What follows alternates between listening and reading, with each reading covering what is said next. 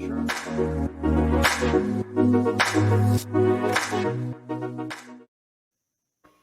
Hello and welcome back to the MIA podcast. Today we have a very, very special guest. Well, every guest is special, but we've got another special guest.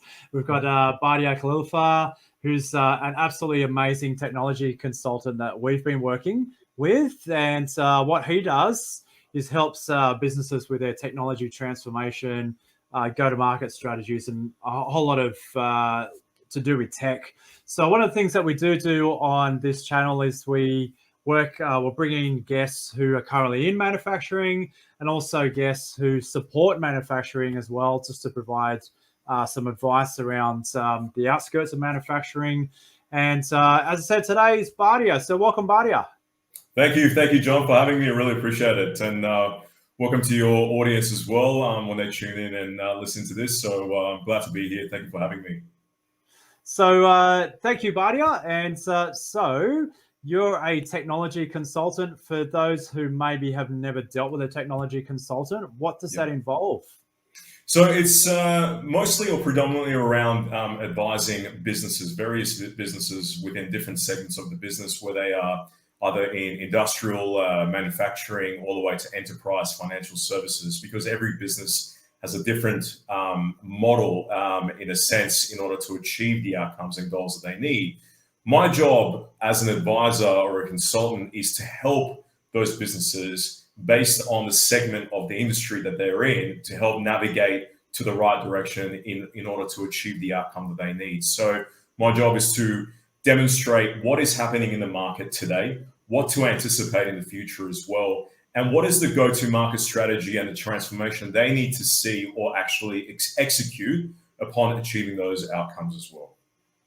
I love it. And I guess one of the ways that I think I see this fitting in perfectly is we're up to, I think most people would say, generation 4 of manufacturing, where manufacturers are focusing more on that technology layer within manufacturing processes, within their business processes. I think, I guess broadly back in the day, there was a lot of manual labor. And if you reduce your labor costs, then you're able to compete on an international market. But I think these days, it's definitely moved more into that technology layer. And if you are savvy in terms of your technology, you're able to compete in terms of technology, you definitely have a competitive advantage on the world market as well. So I'm excited to hear what we get to talk about. So I guess 100%. Firstly, a little bit of background. How did you get into this technology consultant role, Bardia?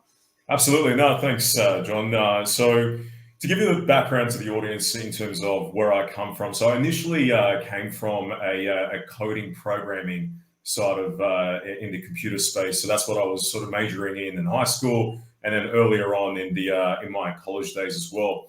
Then that's where I come from too. yeah, there you go. Perfect. So understanding how the market and how the technology segment was evolving, from the .com days to becoming more and more network focused, to really expand the communication amongst businesses and various regions and all that. I had this appetite to really get into the networking side of the computers business, or the technology business. So eventually then I transitioned into the network administration, network engineering, receiving my degree in the field of computer science and network engineering. But also I was part of the CISCO Academy as well. So with the CISCO Academy, my job was to set up various networks as part of that academy curriculum that we had in order to obtain different certifications and provide that as a background knowledge in terms of what we're doing. Then from that, I got into the engineering, then I moved to more of a business side. And I have this real interest in providing the best possible advice or looking at outcome-driven results to really demonstrate the values and really assessing what is it that the customers need, more so than what we are trying to accomplish as a vendor or a manufacturer in the IT space. So I moved, or I'm transitioning out of that side, where now my focus is to provide the advisory space to customers, based on what they truly need, as opposed to what is I'm trying to demonstrate to them. So a lot of vendors, a lot of technology vendors that we see today, is that it's all about them in terms of how they want to profit, as opposed to listening to the customer. So it's about really engaging with the customer. It's about understanding their challenges, their pain points. And that's where I flourish and shine as a person, where I'm very customer centric. So with the knowledge I have and the background that I have in the engineering space, in the business space, in the financial space, that way I can put two and two together and really listen to exactly what the customers need. And then following from those engagements and those conversations, I will be able to draw up a bespoke solution from a go-to market perspective to really demonstrate what is the outcome that they need to see as well. Fantastic. I love that. I love that response, and I love. I think there's a lot of businesses shifting these days to that consultative role, that consultative bespoke role, where it is very much moving away from, hey, we've got a standard product, bend your business to make it fit into the standard product, versus let's find out what's going to work for you and let's bend the products so they fit in within your business. And That's I think this, as it's rare that you get manufacturers that have a cookie cutter process, and it's probably why they've probably been traditionally probably frustrated with technology, avoided technology, probably avoided technologists as a whole, because I guess back in the days they weren't trained to necessarily listen for what the customer really needed. Where would you say, with this generation 4 of manufacturing technology making a marriage, where would you say that, how is that evolving? Where is it now? How's it evolving? Yeah, so let me sort of paint the picture a little bit. If we look at within Australia right now, the government has invested $1.3 billion as a government into developing the manufacturing industry, allowing manufacturers to grow in order to scale. The key word here is scalability for those manufacturers, and hence the huge funding as well, in order to allow those companies to be able to scale further. Now, where we see today, and unfortunately because of the pandemic that's hit us, distribution centers and supply chains and even some other manufacturers who are out there, they've seen really some terrible results in terms of not just revenue and financial profitability, but also from a headcount perspective and other various things. So what we need to really look at is, with manufacturers, they need to really assess their business model today. And in order to be ahead of the game and really compete with the rest of the world, it's about demonstrating value within themselves, but also allowing to scale as well. The biggest thing that manufacturers need to focus on is their own people, because investing in the right people results into that scalability. It results into becoming more innovative. And by innovation, meaning that allowing your people to be skilled in specific areas of the industry, of the actual company that you're representing. And that is key to those businesses and key to the success as well.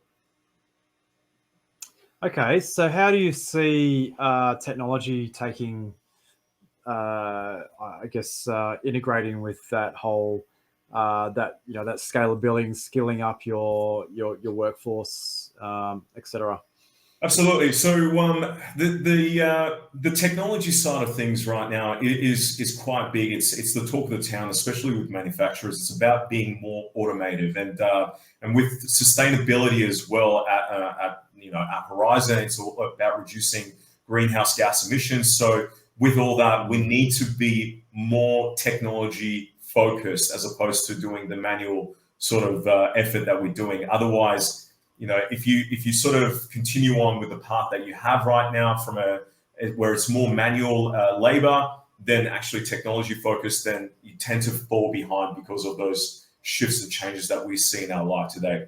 The top 10 technologies that manufacturers need to look at today and need to invest are around robotics, cloud computing, nanotechnology, artificial intelligence, augmented reality, IoT, 3D printing, 5G, and cybersecurity. So these are I know it's a bit of a mouthful and a lot to focus on as well, but we'll put that in the show notes. Yeah, absolutely. So the thing is, but if it was me personally, what we need to do is we need to take the 10 technologies that we need to focus on and really understand what are the top 3 of those technologies, top technologies that I just highlighted. What are the top 3 that resonates best to me as a manufacturer, as a business? Because out of the top 10, you can take, for example, robotics, 3D printing, and nanotechnology as your top 3 pointers or technologies that you need to focus on and enhance on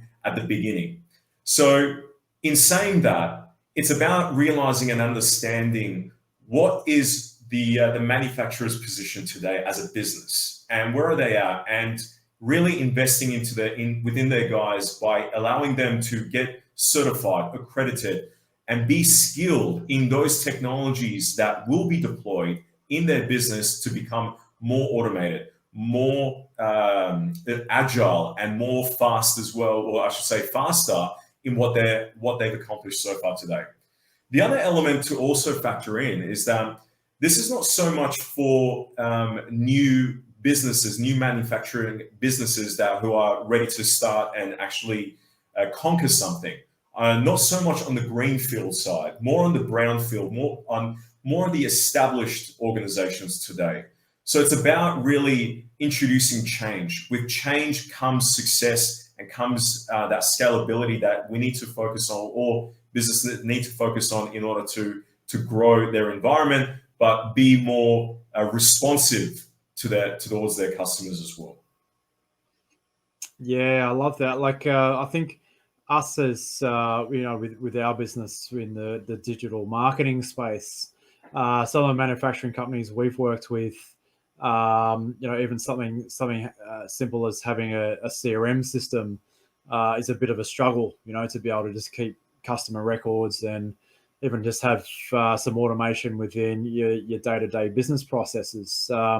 So it's I think from our perspective, we've definitely seen businesses locally who are taking up technology and just absolutely embracing it and seeing some significant advances in their businesses. And you've obviously got the laggers who are take a bit longer for whatever reason. But I know we've discussed this before, but for those who adopt later, back in the day, you could get away with it for a few years if you're a late adopter. But I'm sorry to say, we're all in an international market now, and if you're a late lagger, then you're not going to last that long unless you've got a very, very niche business. 100%, John. And if I put things into perspective for the audience as well, is that manufacturing makes up 8% of Australia's GDP and creates 862,000 jobs within Australia itself. What I see is that we as a nation have the skill set and the potential to increase that 8% to something greater, more in the double-digit growth.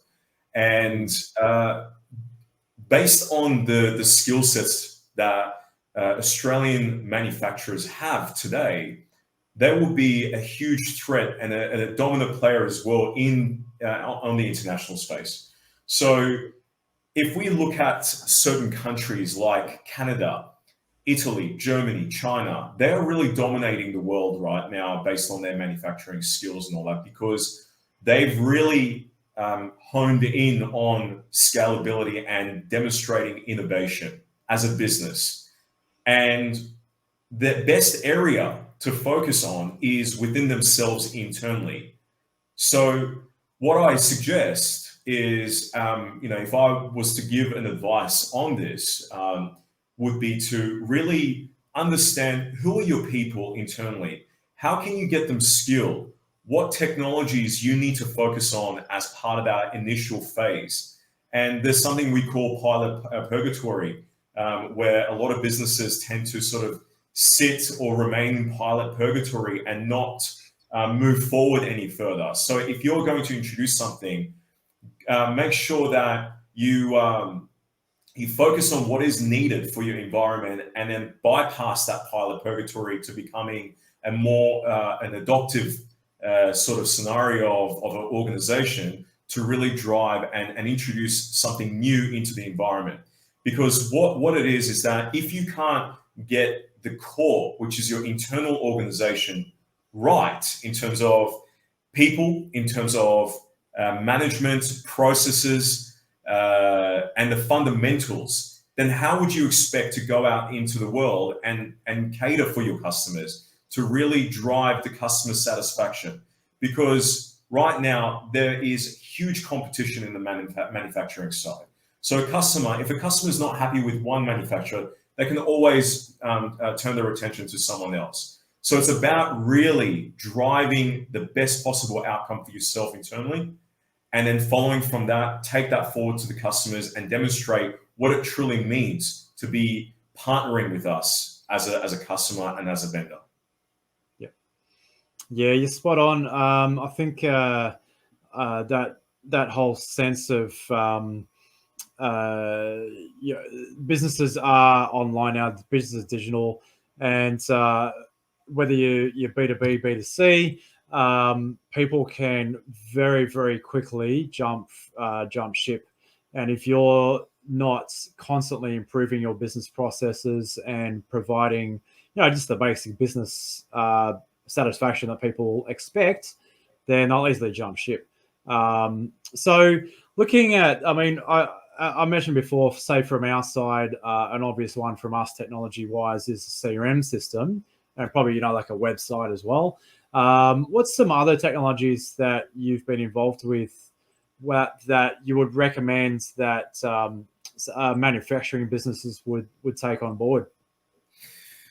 So I'd probably take it back to what I alluded on, the top 10 technologies, because those top 10, if we sort of narrow our focus down a little bit on what those are, what does it mean, or what does it represent, to your point around the CRM side.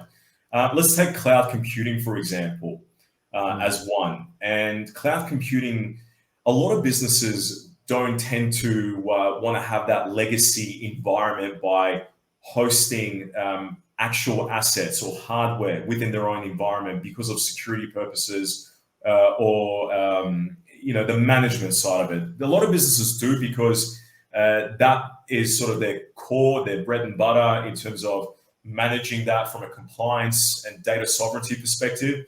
But if we look at that cloud computing, it's about giving back as much ammunition, as much service back to the customer, to those manufacturers, where they need to really focus on other things as opposed to just managing the environment, the technology environment, keeping the lights on. That's something that we talk about a lot. Now, from a sorry, just to interrupt. Even just simply on that point, back in the earlier days when I was working in manufacturing businesses, you're absolutely right. You would have a server room with all the servers, and you'd have a bunch of IT people that would manage you. Then you have to have all the electricity, the aircon, everything to support that server room, and then the security, physical security on top of that. I don't even know how much that would cost a year these days, but to be able to have that, sitting on that same technology sitting on the cloud, absolutely frees up a business to be able to just focus on what they do well. There's vendors out there, whether it be Microsoft, Google, whoever it might be, Amazon, who look after this stuff for you, and you focus on what you're doing, let them do the computing side of it. 100%. And we are seeing a lot more businesses out there as IT businesses, IT resellers. They're no longer called resellers. They're more IT partners. And these organizations where they resell a technology to a customer, so they buy it from a vendor like a Cisco or an HPE or a Microsoft, for instance, and they resell that solution to the customer. That's no longer the case. The case today is that a lot of those IT organizations act as a service provider. So what they would do is they build their own cloud infrastructure, and they'll either host it out of various data centers like Global Switch, Equinix, NextDC, for instance. Even there are data centers in remote sites as well.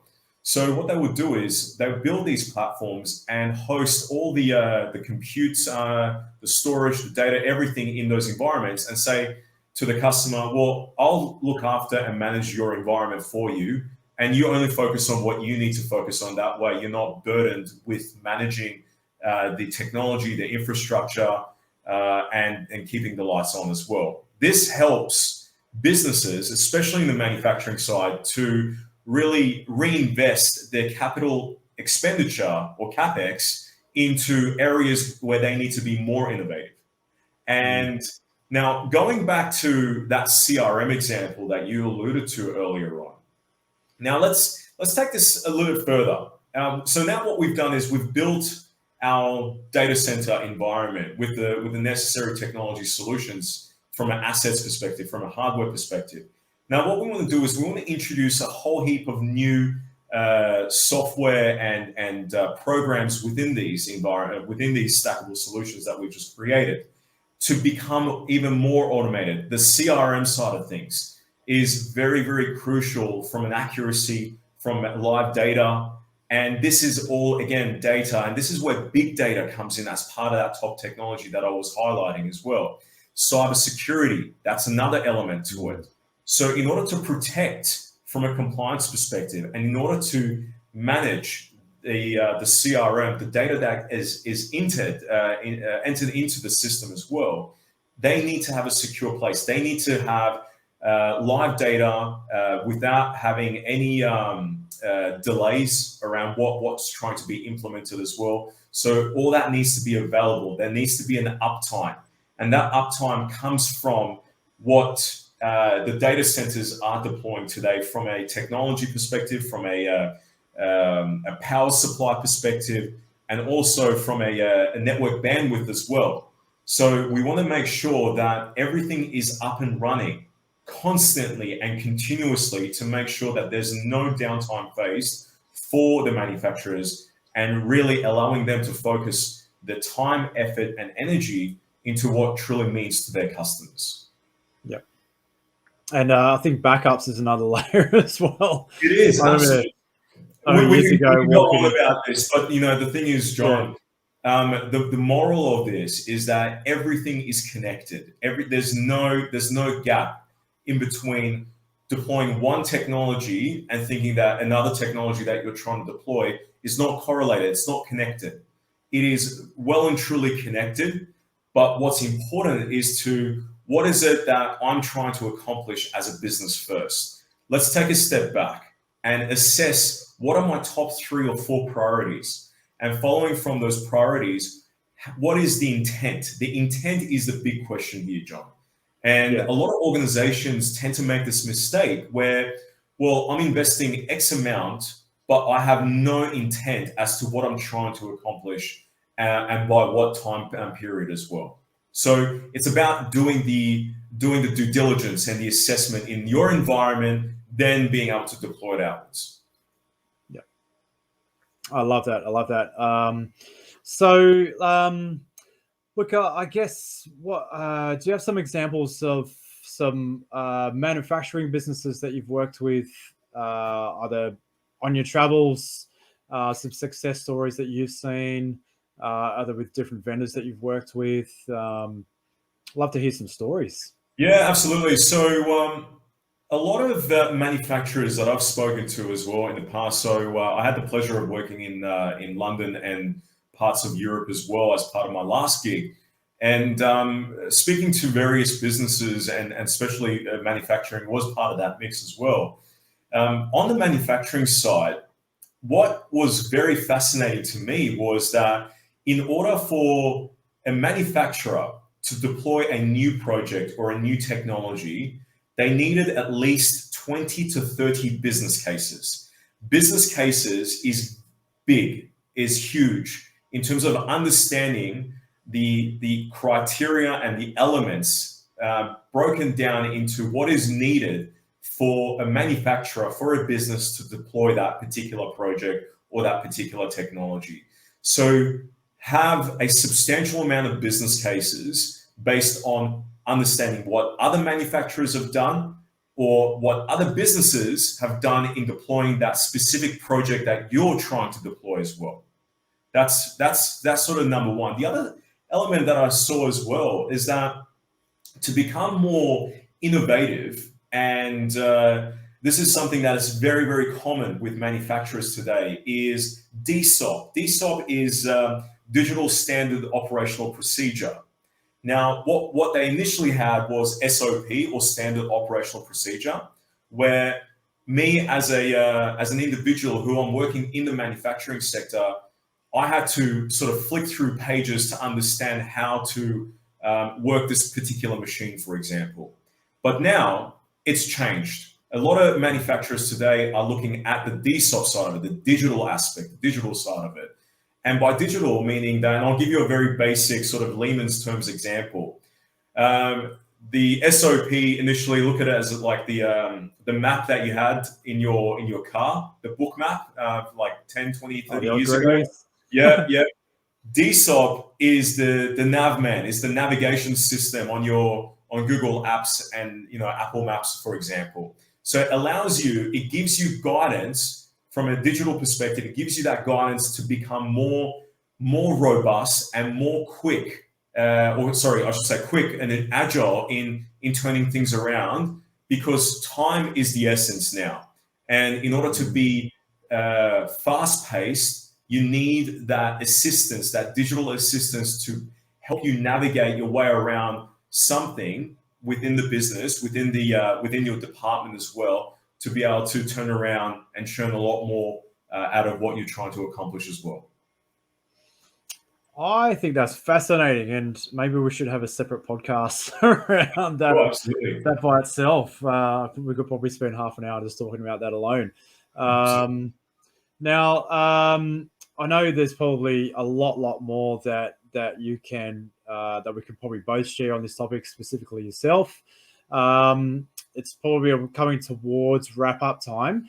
What I would love to know is, I guess the whole purpose of this podcast is to look at the question: will Australian manufacturing ever return to the glory days of the 60s? What's your opinion on that? So, as part of that fourth generation or industrial revolution 4.0, we call it now, it's definitely come a long way. And there are a lot of manufacturers today, a lot of businesses where they still sort of hone in that old school mentality of being able to, they're happy with how they sort of doing things, and it works best for them. And again, I don't want the audience to sort of take this session as a way of saying you need to change, you have to change. It's about, again, assessing the environment for yourself. And the manufacturing in the 1960s, it was quite innovative in a sense in its own era. And what we need to also understand is that, and where we can learn, is going back to the 1960s, 50s, and 60s, the previous revolution, and really learning and taking guidance from that as well, where how can we do things differently or better in order to be ahead of the game? And that's very important. It's not so much technology. Technology is one crucial element to it, but there's a whole heap of other elements that goes into consideration in order to become a successful manufacturer. So I would suggest to really understand what worked, what were the failures, what were the successes in that era, take that as a learning curve, hone in on the successes, and understand how we can not only replicate it, but how do we increase and scale that as well, where we can be more disruptive as an organization. I love it. I love it. And you're absolutely right. I mean, who would have thought, say, 3 years ago, sort of pre-COVID days, even 2 years ago, that we would be having this conversation of, the boost in Australian manufacturing, the whole manufacturing. I think global market has changed with supply chain shortages. I think there's a lot more pressure on China these days. People are looking for alternate ways to produce goods and to work in the manufacturing space. And you're absolutely right. Like we've without getting too philosophical, it's a fantastic opportunity right now to have a look at your own marketing, own manufacturing business, or if you're wanting to step into it, or whether you support manufacturing. How can we do things differently? How can we shift Australian manufacturing, and I think return to those days where we had that huge amount of innovation. We're always known for our innovation. We're always known for our high quality, and we're known for our ability to export market used to be huge. So let's see where that takes us as well. 100%. So before we wrap up, did you have any other points you wanted to raise, Bardia? Absolutely. Just one more element as well that I think is crucial to the manufacturers today. And I want to give an example on this, and that is collaboration. Collaboration is very important. Partnership is very important. Based on my research, what I see, and not just in the manufacturing side, a business to be successful, it's not just about working with what they have today. It's about being more innovative around outside their environment, and to do that, it's about thinking outside the box. So collaboration and partnership really drives the success and the outcome that you want to achieve as a business, and really cater for your customers as well. And one example I want to give on that is that there's a company based in Chicago in the US by the name of Flourished, where they manufacture spare parts. They've collaborated with UPS, which is Universal Parcel Services, a global, like the DHLs, etc. They deliver all the goods. So in order to reduce stock inventory in terms of the cost, because there are costs associated to those stock inventories and how long you have to keep it on the shelf. Every day is another dollar that goes towards it. So in order for manufacturers to cut their spendings around that, you become more innovative in that sense, where you establish this partnership with UPS, for example. That's what Flourished did, to understand if there is a customer at need, doesn't matter wherever they are in the world, they partner up with UPS and says, okay, this customer has ordered this specific part, and what we're going to do is working with UPS to deliver that spare part immediately, rather than having that in our stock inventory for quite some time as well. So as soon as the customers ordered their part, that part will be manufactured, goes straight to UPS, and UPS will deliver that. So it's really about reducing the stock inventory, and then from that as well, it resonates to insurance costs, commercial footprint. How much money will you be spending as a manufacturer just alone to manage the stock inventory that you have today? So this is a perfect example as part of that collaboration. It's about thinking outside the box. It's about being innovative, and what can you do differently that no one else has done as well in the past. Yeah, that's super important. I guess, I mean, how we even met is through a collaborative network, Cubs. Absolutely.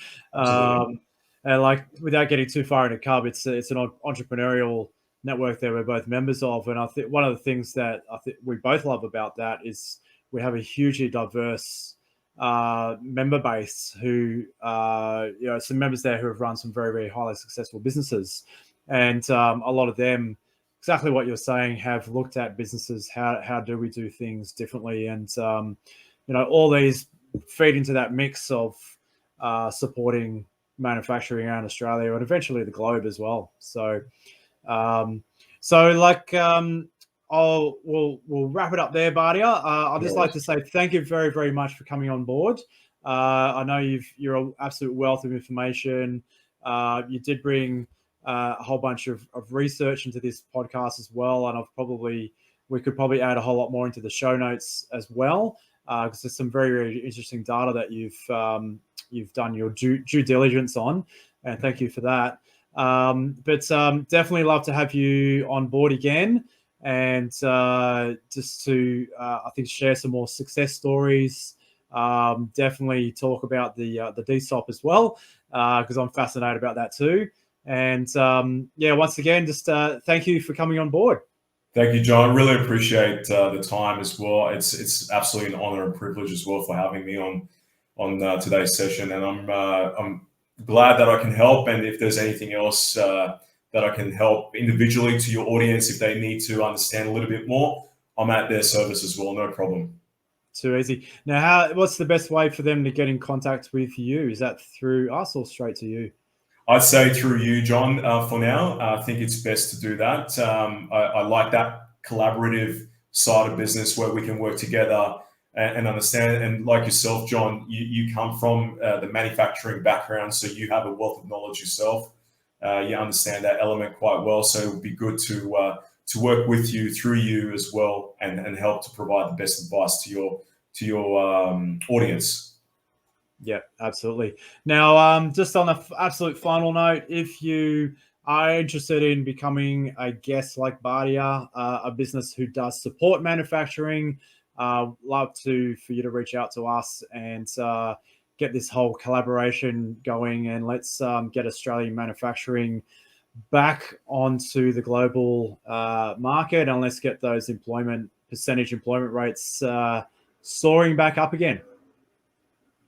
Thank you again, and we'll see you on our next episode. Thank you,